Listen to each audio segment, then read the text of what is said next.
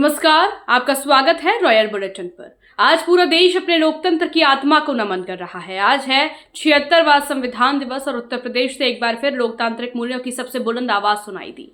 लखनऊ के लोक भवन से संविधान संकल्प और सम्मान का भव्य संदेश पूरे देश को दिया गया। 76वें संविधान दिवस के अवसर पर पूरे उत्तर प्रदेश में विभिन्न कार्यक्रमों का आयोजन किया गया। इसी कड़ी में राजधानी लखनऊ स्थित लोक भवन ऑडिटोरियम में एक भव्य कार्यक्रम आयोजित हुआ।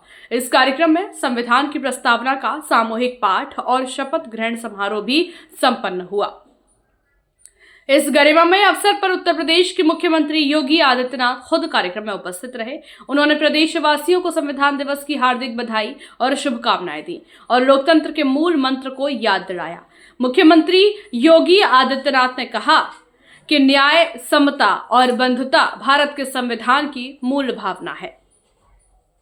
उन्होंने कहा कि भारत रत्न डॉक्टर भीमराव अंबेडकर की अद्भुत दृष्टि, प्रखर विचार और अथक परिश्रम से हमारा संविधान तैयार हुआ, जो आज विश्व के सबसे सशक्त लोकतांत्रिक मूल्यों का प्रतीक है। सीएम योगी ने आगे कहा कि संविधान राष्ट्र की एकता, अखंडता और प्रगति का आधार है। यह हर नागरिक को समान अधिकार, सम्मान और अवसर देता है। उन्होंने कहा कि संविधान किसी एक वर्ग के लिए नहीं, बल्कि पूरे देश के हर नागरिक के लिए समान सुरक्षा कवच है। मुख्यमंत्री योगी ने भारत के लोकतंत्र की ताकत पर बात करते हुए कहा, भारत दुनिया का अकेला ऐसा देश है जहां पहले ही दिन से हर वयस्क नागरिक को मताधिकार दिया गया।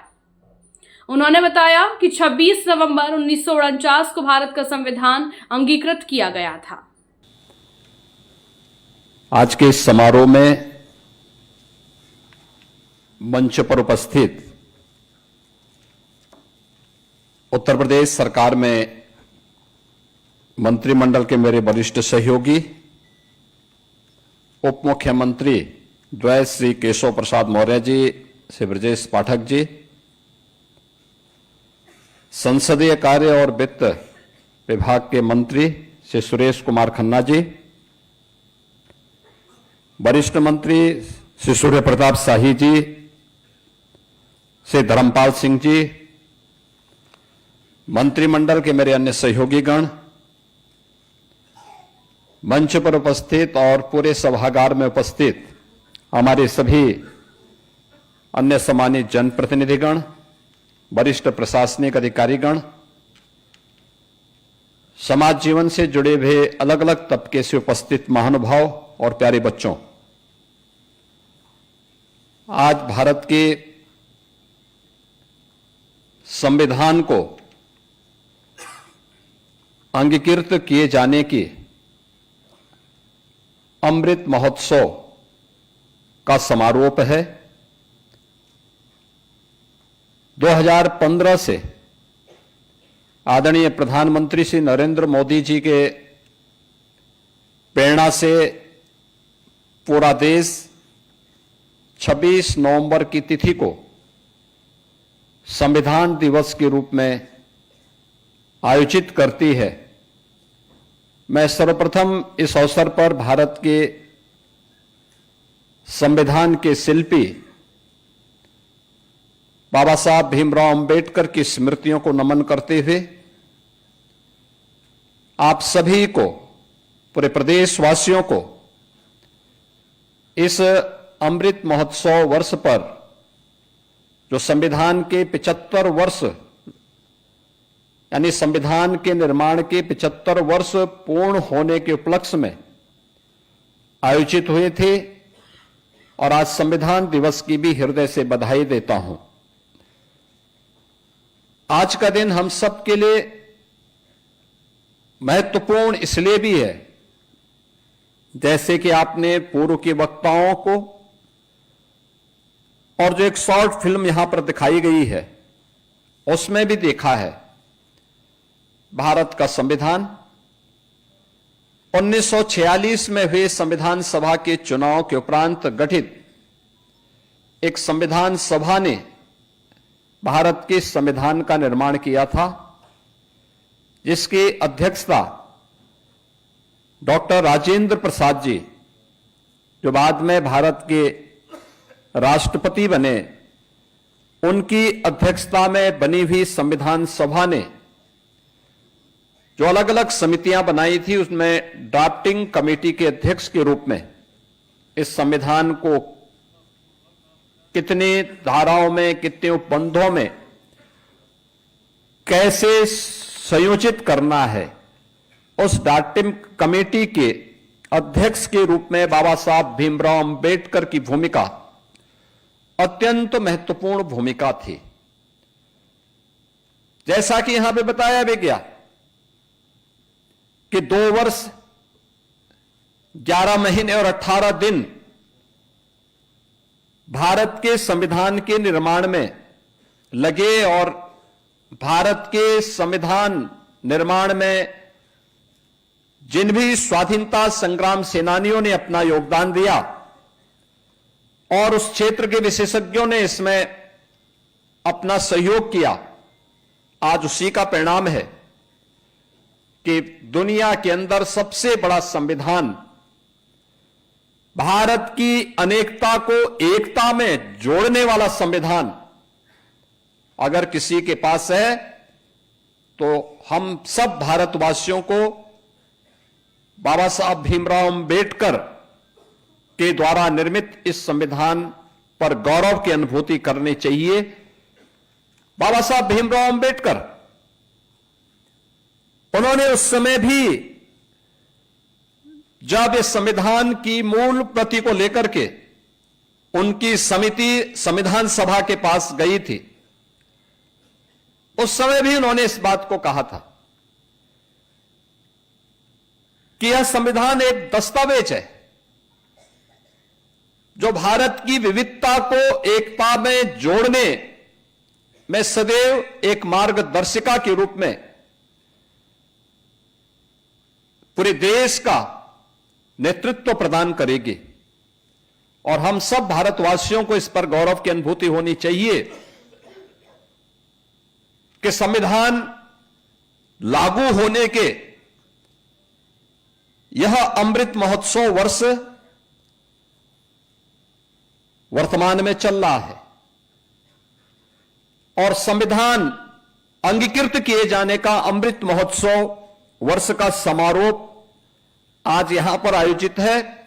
और इस अवसर पर हम लोग यहां पे इस आयोजन के साथ जुड़े हैं। हर संस्था में, हर पंचायत में इस प्रकार के आयोजन करके संविधान की प्रस्तावना का वाचन सभी संस्थाओं के द्वारा करने का एक प्रयास हुआ है। प्रधानमंत्री मोदी जी ने 2015 में संविधान दिवस के पीछे पूरे देशवासियों को इस बात के लिए प्रेरित किया था। अक्सर होता है कि हम में से हर व्यक्ति स्वतंत्र भारत का नागरिक होने के बाद स्वतंत्रता की उस वास्तविक कीमत को विस्मृत किए जा रहे हैं, क्योंकि हमने स्वाधीनता की लड़ाई को अपनी आंखों से नहीं देखा, हमने उन क्रूर यातनाओं को नहीं सहा। परिणाम क्या है? हर व्यक्ति केवल अपने अधिकार की बात करता है, लेकिन अधिकार तब संरक्षित होते हैं, अधिकार तब सुरक्षित होते हैं और अधिकार संपन्न कोई व्यक्ति तब होता है जब वह स्वयं अपने कर्तव्यों का निर्वहन करने की आदत डाले। कर्तव्य के बगैर अधिकार नहीं हो सकता। और जिन लोगों ने भी कर्तव्य के बगैर अधिकार प्राप्त करने का प्रयास किया है, वहां पर लोकतंत्र नहीं, वहां पर कोई ना कोई तानाशाह उस पूरी व्यवस्था को अपनी गिरफ्त में लेकर के वहां के आम नागरिकों के मौलिक अधिकारों को रौंदता हुआ दिखाई देता है। लेकिन भारत इस मामले में सौभाग्यशाली है कि भारत ने अपने संविधान को हमेशा लागू होने के बाद सर्वोपरि मान करके सदैव इसको सम्मान दिया। अपने स्वाधीनता संग्राम सेनानियों को अपने प्रतीकों को सम्मान दिया और संविधान की उन मूल भावनाओं को, जिन मूल भावनाओं पर आधारित भारत का संविधान बना हुआ है, उसको अपने जीवन का हिस्सा बनाने का प्रयास किया। जब भी कोई देश अपनी इन मूल भावनाओं को सम्मान देते हुए आगे बढ़ता है, उसको विकसित होने में कोई रोक नहीं सकता। याद रखना, आजादी के अमृत महोत्सव वर्ष में प्रधानमंत्री मोदी जी ने देशवासियों के सामने विकसित भारत की एक संकल्पना रखी। विकसित भारत के लिए प्रधानमंत्री जी ने यही कहा था कि हर भारतवासी के सामने, जब देश अपनी आजादी के 100 वर्ष पूरा कर चुका होगा, अभी हम 75 वर्ष में, लेकिन 2022 में उन्होंने कहा था कि 75 वर्ष हमारे आजादी के पूर्ण हो रहे हैं, लेकिन जब देश अपनी आजादी के 100वें वर्ष में जाएगा, तब हमें कैसा भारत चाहिए। अगर हमें विकसित और आत्मनिर्भर भारत चाहिए, तो इसके लिए हर भारतवासी को चाहिए कि वो उन पंच प्रणों के साथ जुड़े, जो पंच प्रण हमें हमारे दायित्वों का एहसास करा सके। ये पंच प्रण जिसमें हर व्यक्ति के लिए यह आवश्यक था कि वह गुलामी की मानसिकता से मुक्त हो। हर व्यक्ति के लिए आवश्यक था, हर व्यक्ति के लिए आवश्यक हो कि वह अपने सैनिकों का सम्मान करें। हम सब सुरक्षित इसलिए हैं, यह देश सुरक्षित इसलिए है क्योंकि माइनस टेम्परेचर में भी हमारा सैनिक देश की सीमाओं की सुरक्षा करते हुए वहां पर अडिग रूप से खड़ा है। हम रात्रि को सुरक्षित इसलिए महसूस करते हैं क्योंकि पुलिस का जवान निरंतर अपनी सेवाओं को दे रहा है। हमें यूनिफॉर्मधारी अपनी सेना, अर्धसेना, पुलिस बल के जवानों के प्रति हमारे मन में सम्मान का भाव होना चाहिए।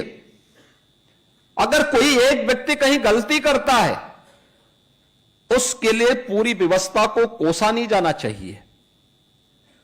गलती का परिमार्जन करने का अवसर उन्हें देना चाहिए, और अगर कोई तब भी बार बार गलती करता है तो उसका परिमार्जन का अवसर उन्हें देते हुए उन्हें इस पर प्रभावी कदम उठाने के लिए कहना चाहिए। लेकिन हम उसके लिए पूरे सिस्टम को दोषी नहीं ठहरा सकते। अक्सर होता क्या है, हम लोग इन चीजों के लिए लोगों को कोसते हैं। अक्सर होता है कि अपने स्वयं के स्वार्थ के लिए हम लोग सामाजिक विद्वेष की खाई को चौड़ा करने का प्रयास करते हैं। एकता और एकात्मता के लिए जो प्रयास होने चाहिए, जो हमारा दायित्व भी होना चाहिए, यह हमारी एक नैतिक संवैधानिक दायित्व भी है और राष्ट्रीय दायित्व भी कि हम समाज की एकता और एकात्मता के लिए कार्य करें। यह भी उन पंच प्रण का हिस्सा होना चाहिए। हम अपनी विरासत का सम्मान करें। विरासत का सम्मान, भारत जैसे प्राचीन देश में हमारे पास एक भारी विरासत है, आध्यात्मिक और सांस्कृतिक परंपरा भी है, और स्वाधीनता संग्राम के दौरान अलग अलग क्षेत्रों में हुए अलग अलग संघर्षों में जिन महापुरुषों ने, जिन बलिदानियों ने अपने आप को समर्पित करके भारत की एकता और अखंडता के लिए मिलकर के कार्य किया, यह भी हमारे पास आज भी एक धरोहर के रूप में है। और अंत में नागरिक कर्तव्य, जो जिस क्षेत्र में कार्य कर रहा है वह ईमानदारी के साथ अपने कर्तव्यों का निर्वहन करे। याद करना, अगर हम भारत के संविधान का अपमान करते हैं तो यह अपमान बाबा साहब भीमराव अंबेडकर का अपमान है। भारत के स्वाधीनता संग्राम सेनानियों और बलिदानियों का अपमान है, उन गरीबों का अपमान है जिन गरीबों ने भारत के संविधान की ताकत के बल पर अपना लोकतांत्रिक अधिकार पाया है। उस आधी आबादी का अपमान है जिस आधी आबादी को भारत के संविधान ने पहले आम चुनाव के अंदर ही मत देने का अधिकार प्रदान कर दिया था। दुनिया के अंदर ऐसा नहीं था। दुनिया के अंदर आधुनिक लोकतंत्र का उद्घोषणा करने वाले तमाम देशों में जब आप लोकतंत्र की बात करते हैं, मताधिकार की बात करते हैं,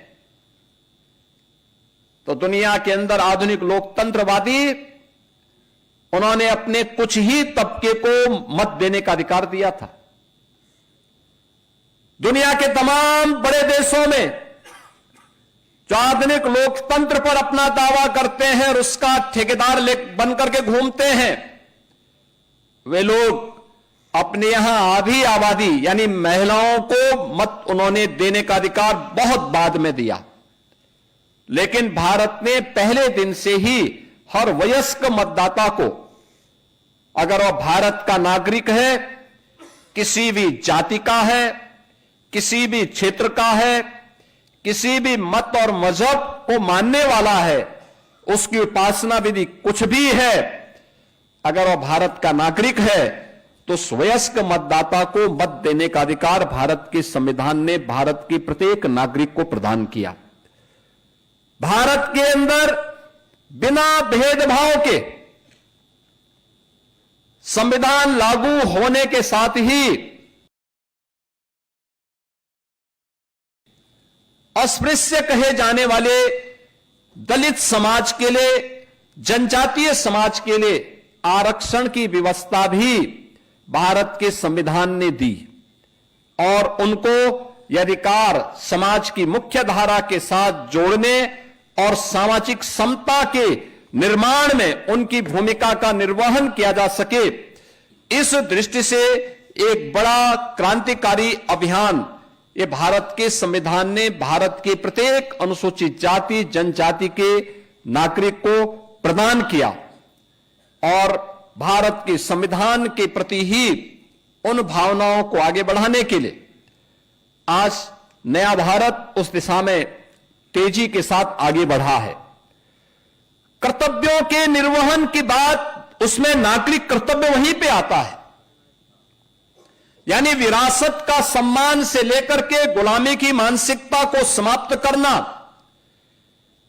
सैनिकों को और वर्दीधारी फोर्स का सम्मान देने के साथ ही सामाजिक एकता और समता के लिए कार्य करने के साथ ही नागरिक कर्तव्य हमारे लिए उतना ही महत्वपूर्ण है। हम जिस क्षेत्र में काम कर रहे हैं, एक छात्र अगर ईमानदारी के साथ अपने छात्र के कर्तव्य का निर्वहन करता है तो मान करके चलिए कि वो भारत के संविधान को सम्मान कर रहा है। अगर एक शिक्षक ईमानदारी से अपने कर्तव्यों का निर्वहन करते हुए अपने उत्तरदायित्वों को पूर्ण कर रहा है, इसका मतलब वह भारत के संविधान का सम्मान कर रहा है। एक व्यापारी ईमानदारी के साथ अपने व्यापार कार्य को संपन्न कर रहा है तो ये मान करके चलिए कि वह भारत के संविधान को सम्मान दे रहा है।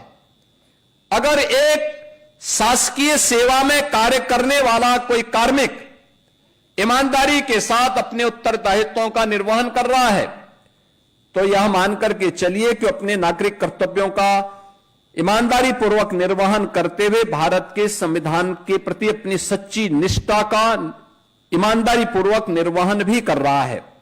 लेकिन अगर कोई व्यक्ति, चाहे वह किसी भी पद पर है, अगर वह ईमानदारी के साथ अपने उत्तरदायित्वों का निर्वहन नहीं कर रहा है तो इसका मतलब वह भारत के संविधान का अनादर कर रहा है, वह भारत के स्वाधीनता संग्राम सेनानियों का निरादर कर रहा है, अगर वह भारत की विरासत का अपमान करता है तो यह केवल विरासत का अपमान नहीं, बल्कि यह भारत के स्वाधीनता संग्राम सेनानियों, उन हुतात्माओं, बलिदानियों का भी अपमान है जिन्होंने अपना सर्वस्व न्यौछावर देश की आजादी के लिए किया था। अगर वह एक यूनिफॉर्मधारी फोर्स का अपमान कर रहा है, उनके विरुद्ध टिप्पणी कर रहा है, तो यह अपमान भारत के संविधान का भी अपमान है, यह भारत के स्वाधीनता संग्राम सेनानियों का भी अपमान है, यह भारत की व्यवस्था का भी अपमान है। अगर वह व्यक्ति गुलामी की मानसिकता को धारण करने के लिए भारत के नागरिकों को बाध्य कर रहा है या किसी भी तबके को उस मानसिकता के साथ संचालित करने का प्रयास कर रहा है, तो मान करके चलिए कि वह भारत का अपमान कर रहा है, भारत के स्वाधीनता संग्राम सेनानियों, भारत के नागरिकों का अपमान कर रहा है। अगर समाज में जाति के नाम पे, क्षेत्र के नाम पे, भाषा के नाम पे विद्वेष की खाई को चौड़ा करके अराजकता और अव्यवस्था पैदा करने का प्रयास कर रहा है, तो ये मान करके चलिए कि वो भारत का अपमान कर रहा है, भारत की उस एक बार फिर से उन स्थितियों की ओर ले जाने का प्रयास कर रहा है जो भारत को कमजोर कर रहा है। यह भारत के संविधानविदों का, भारत के संविधान निर्माताओं का अपमान है, बाबा साहब भीमराव अंबेडकर का अपमान है। और जब हम अपने कर्तव्यों का ईमानदारी पूर्वक निर्वहन नहीं करते तो यह भी एक प्रकार से संविधान निर्माताओं का अपमान है। जब एक छात्र ईमानदारी से अपना पाठ समय पे पूरा नहीं करता तो अपने उन महापुरुषों का अपमान कर रहा है। जब एक शिक्षक ईमानदारी से अपने छात्र को संस्कारित नहीं कर पा रहा है तो मान करके चलिए कि वह बाबा साहब भीमराव अंबेडकर और संविधान निर्माताओं का अपमान कर रहा है। जब एक सरकारी कार्मिक अपने पत्रावली का समय से निस्तारण नहीं करता है, ये मान करके चलिए कि वह भारत के संविधान निर्माताओं का अपमान कर रहा है, उनका अनादर कर रहा है, भारत के संविधान का अनादर कर रहा है। और ये पंच प्रण इसलिए प्रधानमंत्री जी ने विकसित भारत के लिए, भारत के प्रत्येक नागरिक के लिए आवश्यक माने। इसका आधार हमारा संविधान है, भारत का संविधान, भारत के संविधान की वो मूल प्रति, उस संविधान की मूल प्रति को जिसे 26 नवंबर 1949 को बाबा साहब भीमराव अंबेडकर की नेतृत्व की ड्राफ्टिंग कमेटी ने संविधान सभा को सौंपा था, उस प्रति को अगर आप देखेंगे, और मैं तो मानता हूं कि हर भारतवासी के घर में वह प्रति होनी चाहिए और उसकी प्रस्तावना का वाचन हर परिवार में होना चाहिए। हो सकता है कि विस्तृत संविधान को हर व्यक्ति पढ़ ना पाए, उसके एक एक बंद और उपबंध के बारे में, धारा उपधारा के बारे में वह जानकारी न लेना चाहता हो, लेकिन हमें उसकी उस मूल प्रस्तावना के साथ साथ उसके भाव क्या हैं, आप देखेंगे भारत के मूल संविधान में पुष्पक विमान से अयोध्या के लिए भगवान श्री राम माता सीता के साथ आता हुआ चित्र भी उसमें लगा हुआ है। महाभारत के युद्ध में श्री कृष्ण के द्वारा गीता के उपदेश का भी चित्र उसमें स्थापित है। महात्मा बुद्ध से लेकर के सम्राट अशोक और उन महान महापुरुषों के चित्रों को उसके माध्यम से देने का, भारत की इस विरासत के प्रति गौरव की अनुभूति करने का अवसर भी दिया गया है। ये सभी चीजें हमें बताती हैं कि भारत का संविधान हमें विरासत के प्रति सम्मान देने का भाव हमारे मन में व्यक्त करता, हमारे मन में इस प्रकार के भाव को पैदा करने का प्रयास कर रहा है। लेकिन हम आज भी उन चीजों से अपने आप को हटते, कहीं ना कहीं उससे विमुख होते हुए दिखाई देते हैं। और इसलिए आज का दिन हम सबके लिए अत्यंत महत्वपूर्ण है। और उसमें सारी बातों का निचोड़ एक बात में आता है, वह आता है अपने नागरिक कर्तव्य का ईमानदारी पूर्वक निर्वहन करना और नागरिक कर्तव्यों के ईमानदारी पूर्वक निर्वहन की दिशा से केवल अधिकार की चर्चा न करें। और याद करना, बहुत सारी चीजें ऐसी होती हैं, कहीं अगर धुआं उठ रहा है तो हमें सतर्क होना चाहिए, सजग होना चाहिए।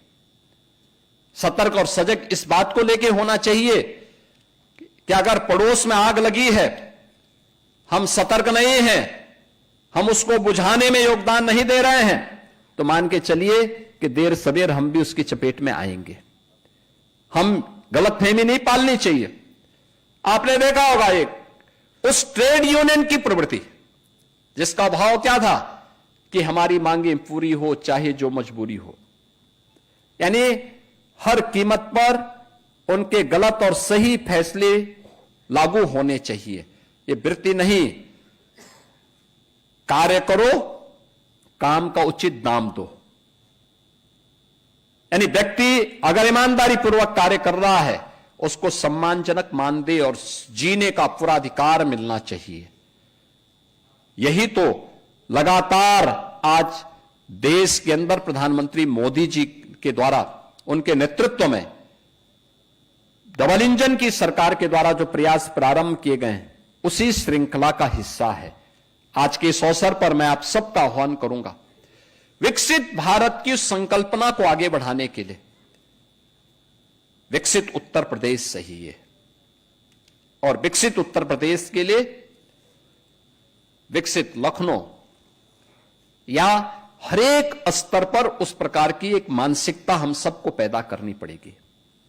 मुझे बताते हुए प्रसन्नता है, हमने गत विधान मंडल के सत्र के दौरान इस पे एक 24 घंटे की चर्चा चलाई थी, और इस पे हुई वह चर्चा 12-13 अगस्त को हुई यह चर्चा। मुझे बताते हुए प्रसन्नता है कि हम लोगों ने जब इसका पोर्टल लॉन्च किया और प्रदेश भर से सुझाव मांगे, मुझे बताते हुए प्रसन्नता है कि अब तक हमें 98 लाख से अधिक सुझाव प्राप्त हुए हैं विकसित उत्तर प्रदेश के लिए। विकसित भारत, विकसित उत्तर प्रदेश के लिए हर व्यक्ति ने अपने स्तर पर सुझाव दिए हैं, अलग अलग सेक्टर में दिए हैं। शिक्षा में क्या होना चाहिए, हेल्थ सेक्टर में क्या होना चाहिए, एम्प्लॉयमेंट और स्किल डेवलपमेंट के लिए क्या कुछ किया जाना चाहिए, पब्लिक ट्रांसपोर्ट में क्या कुछ होना चाहिए, एग्रीकल्चर और इरिगेशन में क्या कुछ होना चाहिए, इन्वेस्टमेंट के लिए, सिक्योरिटी के लिए, सुशासन के लिए क्या कदम उठाए जाने चाहिए। 98 लाख से भी सुझाव अब तक हमें प्राप्त हो चुके हैं। ये चीजें दिखती है, और ये हर तबके के लोगों ने दिया है, हर तबके के लोगों ने सुझाव उपलब्ध करवाए हैं। यह दिखती है कि व्यवस्था के साथ हर व्यक्ति जुड़ना चाहता है, हर व्यक्ति चाहता है कि कुछ चेंज हो, कुछ अच्छा हो, अच्छा होने की प्रवृत्ति। 98 लाख लोगों का मतलब हर 5 परिवार में से एक परिवार का हमारे पास सुझाव आ चुका है। 5 परिवार में से एक परिवार ने हमें सुझाव दे दिया है, और यह प्रक्रिया आगे बढ़ेगी। इन सब में हम लोगों ने तय किया है, जैसे यहां पे संविधान दिवस के अवसर पर पिछले 1 वर्ष के अंदर अमृत महोत्सव वर्ष के अवसर पर, संविधान अंगीकार किए जाने के अमृत महोत्सव वर्ष पर हुई अलग अलग प्रतियोगिताओं में यहां पे कुछ छात्र छात्राओं को हमने मंच पे सम्मानित किया। ऐसे सरकार ने तय किया कि जो अच्छे सुझाव आए हैं उनकी हम 2 श्रेणियों में उसको हम ले रहे हैं, एक जनपद स्तर का और एक प्रदेश स्तर का। जनपद स्तर के हर जनपद में 3 और प्रदेश स्तर के जो 5 अच्छे सुझाव होंगे, उन्हें हम इसी प्रकार के किसी समारोह में सम्मानित करने का कार्य करेंगे। यह हमारी राष्ट्र के प्रति, देश के प्रति अपनी सेवा होगी, और इसकी शुरुआत सबसे छोटी इकाई से हमें प्रारंभ करना पड़ेगा। आत्मनिर्भर ग्राम पंचायत होगा, आत्मनिर्भर वार्ड होगा, तो आत्मनिर्भर जनपद भी हो जाएगा, आत्मनिर्भर प्रदेश भी हो जाएगा, और आत्मनिर्भर भारत भी होगा। आत्मनिर्भर भारत होगा तो विकसित भारत की संकल्पना हमसे दूर नहीं हो सकती है। इस विश्वास के साथ मैं आज के इस अवसर पर संविधान दिवस की अंगीकृत किए जाने की इस तिथि पर संविधान दिवस के अवसर पर पूरे प्रदेशवासियों को एक बार फिर से हृदय से बधाई और शुभकामनाएं देता हूं। बाबा साहब भीमराव अंबेडकर की स्मृतियों को नमन करते हुए आप सबको इस आयोजन में भाग लेने के लिए हृदय से धन्यवाद देते हुए वाणी को विराम देता हूं। धन्यवाद। जय हिंद।